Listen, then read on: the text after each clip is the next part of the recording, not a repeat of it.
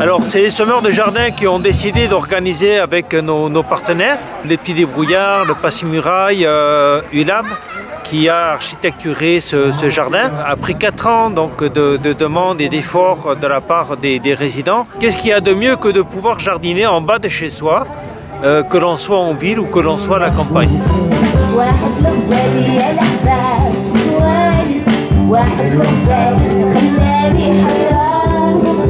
Le professeur Charles Sultan, qui est professeur retraité donc, du CHU de Montpellier, c'est le spécialiste qui a fait le lien entre les pesticides et des maladies endocriniennes en lien avec les pesticides. Celui qu'on appelle le lanceur d'alerte international des dangers donc, des pesticides en lien avec les maladies endocriniennes. Ce que je voulais vous faire passer comme message, premièrement, un scandale sanitaire parce que la clinique des perturbateurs endocriniens s'élargit tous les jours. 2. Elle s'élargit dans la stérilité, les malformations, les troubles du système nerveux et puis le cancer. On a beaucoup discuté du rôle des pesticides dans le cancer du sein de la femme jeune.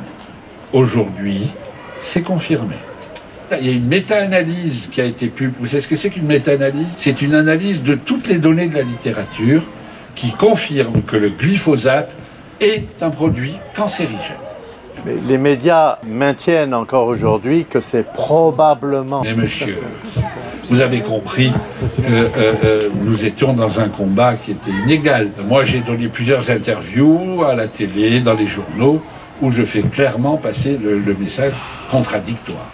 Les pesticides sont des acteurs fondamentaux de toute cette nouvelle pathologie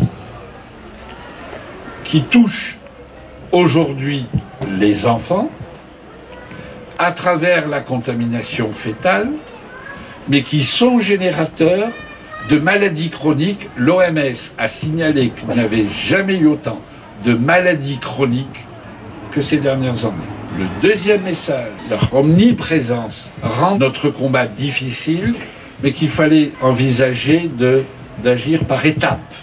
Et donc les premiers sont les pesticides. Vous voulez un exemple? Le parabens, il est dans les cosmétiques, dans les savons, dans les crèmes, dans les médicaments, dans les chewing-gums. Supprimer le parabens, ce ne sera pas facile.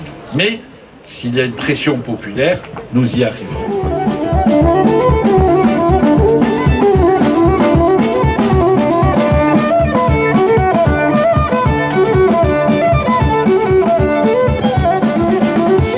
Je viens de présenter pendant près de 2 heures une conférence qui souligne le scandale sanitaire, le scandale économique, le scandale social, le scandale éthique et enfin juridique que représente la pollution par les pesticides et par les perturbateurs endocriniens en général.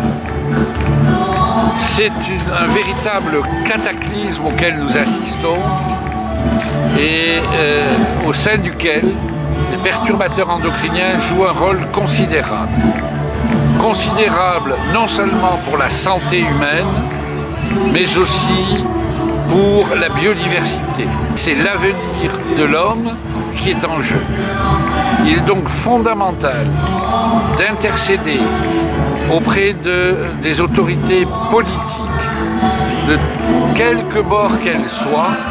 Il faut bannir les pesticides, dont l'expression clinique est de plus en plus évidente.